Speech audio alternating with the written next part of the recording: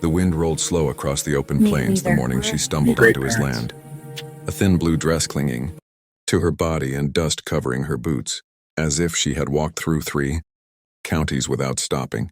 And when she finally reached the old wooden gate, she paused, breathing like someone who had outrun her own past, her hand resting on the swell of her stomach.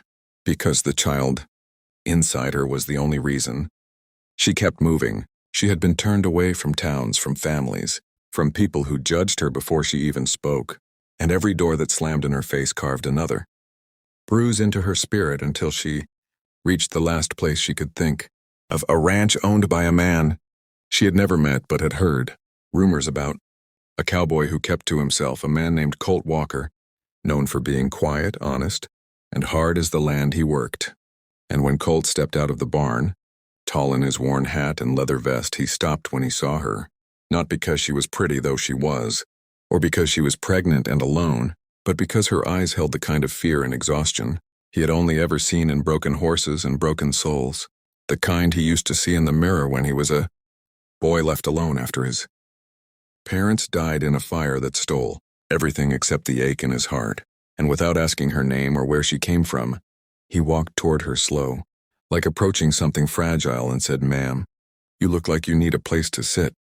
And she nodded, unable to speak because kindness felt too heavy after so much cruelty.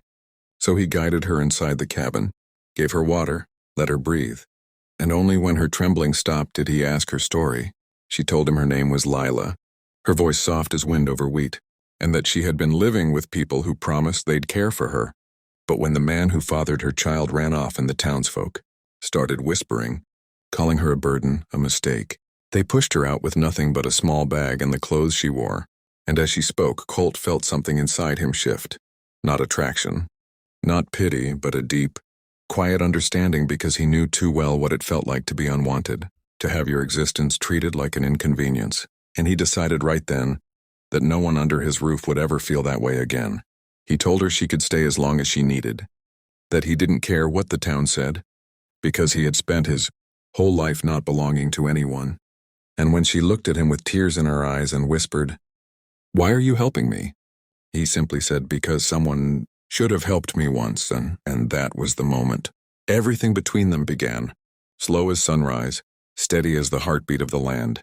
Days turned into weeks with Lila helping in the kitchen, learning the quiet rhythms of the ranch, and Colt finding himself listening for her footsteps every morning, as if her presence filled a part of the ranch he never knew was empty.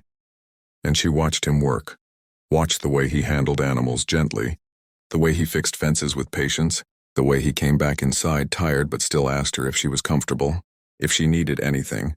And for the first time in months she felt safe, like she had found the one place where her past didn't matter. As her belly grew and the child moved stronger inside her, Colt became her silent protector, walking with her to the creek, steadying her when she tripped, staying awake on stormy nights when thunder made her anxious, and every moment added a quiet thread between them, weaving something unspoken but undeniable. One afternoon, when she tried to lift a heavy bucket and winced, he hurried over, scolding her gently, placing his rough hand over hers, and the warmth of that touch shook them both because it felt like the touch of someone meant to be in your life, not passing through it. And she pulled her hand back only because she was afraid of wanting more than she deserved. But Colt felt the loss of her touch like the sudden drop of cold night after a warm day. One evening, when the sun dipped low and painted the sky gold, Lila sat on the porch holding her belly, whispering to the unborn child, and Colt watched from the doorway, struck by the sight of her. The woman who arrived as a stranger now looked like she belonged there, as natural as the mountains behind the ranch, and he realized suddenly, fully, that he would give his life for her and the child she carried. But before he could make sense of that feeling, trouble came in the form of 3 men from the town she had fled, men who claimed she owed them money, that she had run off with responsibility, and they demanded Colt hand her over. Colt stood tall, cold fury settling over him, and told them she wasn't going anywhere, that she was under his protection. And when one of the men stepped forward like he meant to grab her, Colt struck him so hard the man dropped into the dirt, and the others backed away, muttering threats but too afraid to push further. And Lila, trembling, whispered, "They won't stop, but Colt just put a hand on her shoulder and said, "They'll have to go through."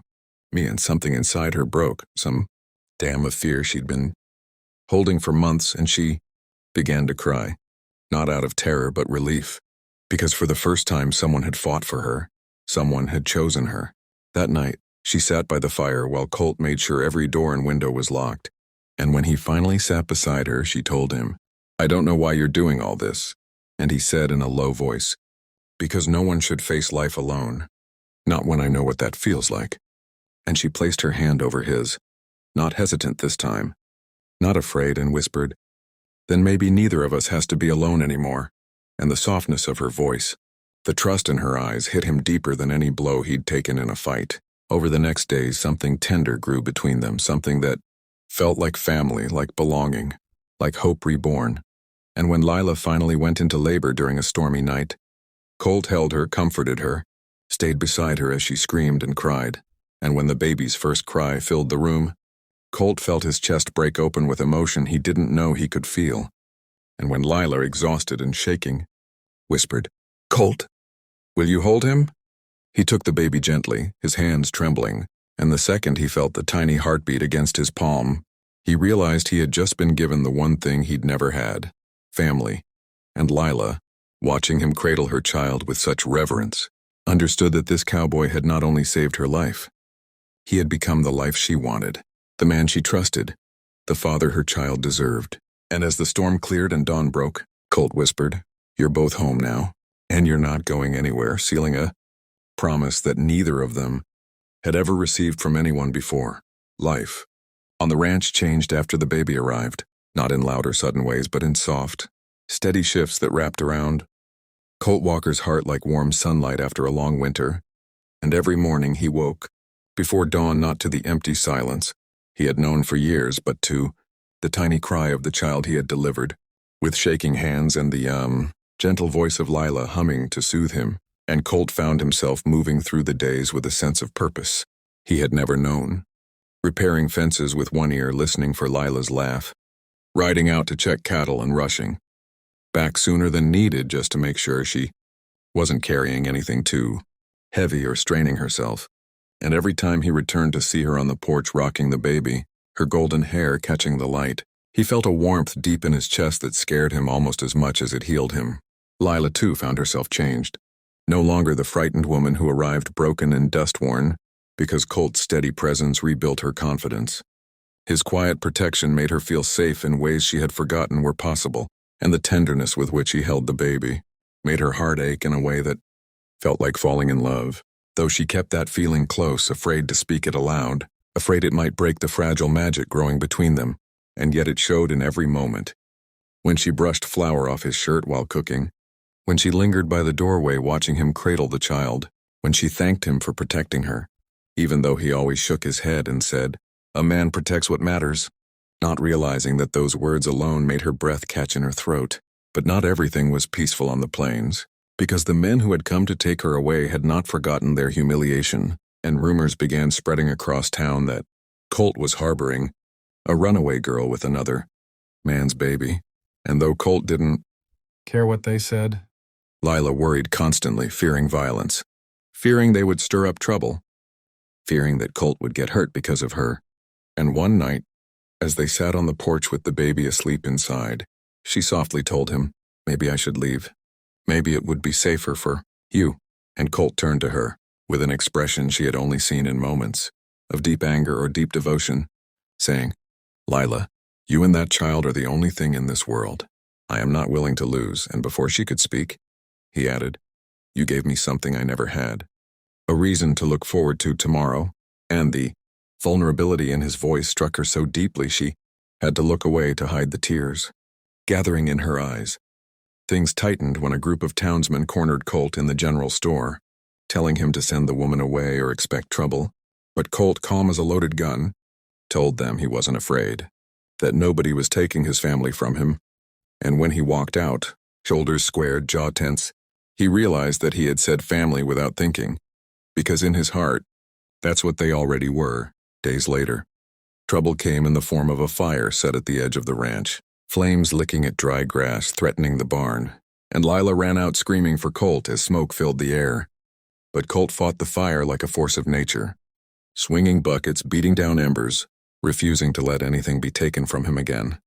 And when the fire finally died and he stood gasping, covered in soot, Lila ran to him sobbing, clutching him as if she feared losing him more than anything.